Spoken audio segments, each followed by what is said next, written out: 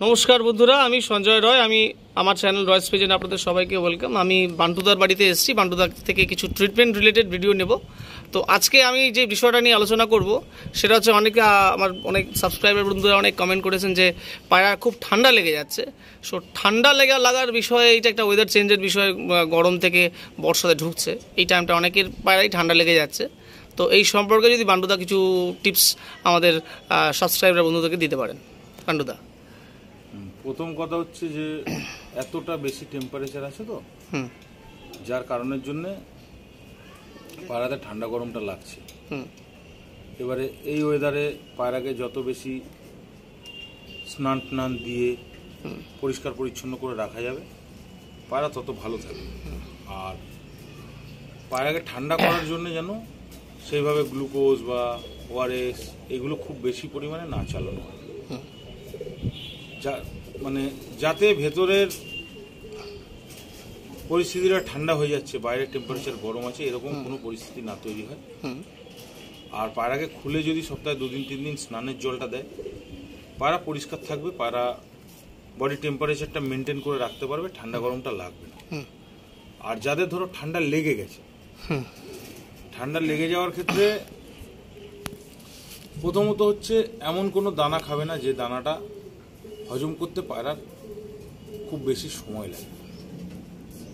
আর কাটা ভুট্টাটাকে যত অ্যাভয়েড করতে পারবে তত ভালো। তো নিওডক্স ফোর্ট বলে একটা অ্যান্টিবায়োটিক পাউডার পাওয়া যায়। নিওডক্স ফোর্ট ভেটেনারি পাউডার, ডক্সিসাইক্লিন আর নিওমাইসিনের কম্বিনেশন। নিওডক্স ফোর্ট যদি 2 গ্রাম 1 লিটার জলে দিয়ে সকাল এবং বিকেল কন্টিনিউ 3 দিন দেবে, দিয়ে 1 দিন গ্যাপ দিয়ে আবার 2 দিন দেবে, সেক্ষেত্রে 5 দিনে এটা কিওর হয়ে যাওয়া সম্ভব। এটা হচ্ছে হিউজ পায়রার ক্ষেত্রে হলে। ওই যদি একটা পায়রার ক্ষেত্রে হচ্ছে, তো সেক্ষেত্রে তো নিওডক্স ফোর্টটা ওইভাবে ভাগ করে চালানো যাবে না, যেহেতু এর কোয়ান্টিটিটা খুব কম, অনেকটা জলের মধ্যে দিতে হয়।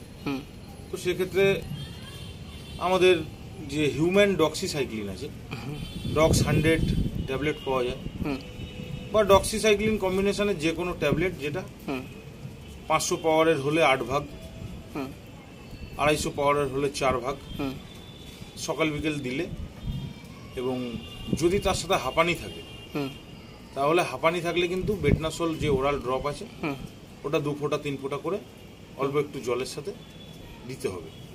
দিলে পায়রাগুলো ঠিক হয়ে যাবে। এবার 2-1টা পায়রার ক্ষেত্রে হলে হিউম্যান ওষুধ দিয়ে করলে ঠিক আছে। যখনই বেশি পায়রার ক্ষেত্রে হবে বিষয়টা, তখন নিওডক্স ফোর্ট চালিয়ে দিলে জিনিসটা ঠিক হয়ে যাবে। আর নিওডক্স ফোর্ট চালাবার পরে অবশ্যই প্রোবায়োটিক দিতে হবে 3 দিন। আর পায়রাকে চানটা মাস্ট দিতে হবে। প্রোবায়োটিকটা দেওয়ার পরে তারপরে লিভার টিভার দিয়ে পায়রাকে নর্মাল ভিটামিন ক্যালসিয়াম যেমন চলে সেইভাবে চলবে, ঠিক হয়ে যাবে পায়রা, ঠান্ডা অসুবিধা হবে। আর যেই পায়রাগুলো যখন এই খক করে বুকে কপটা জমে যায়, ওইটা কি করে সারাবে? মানে এটাতে যাবে?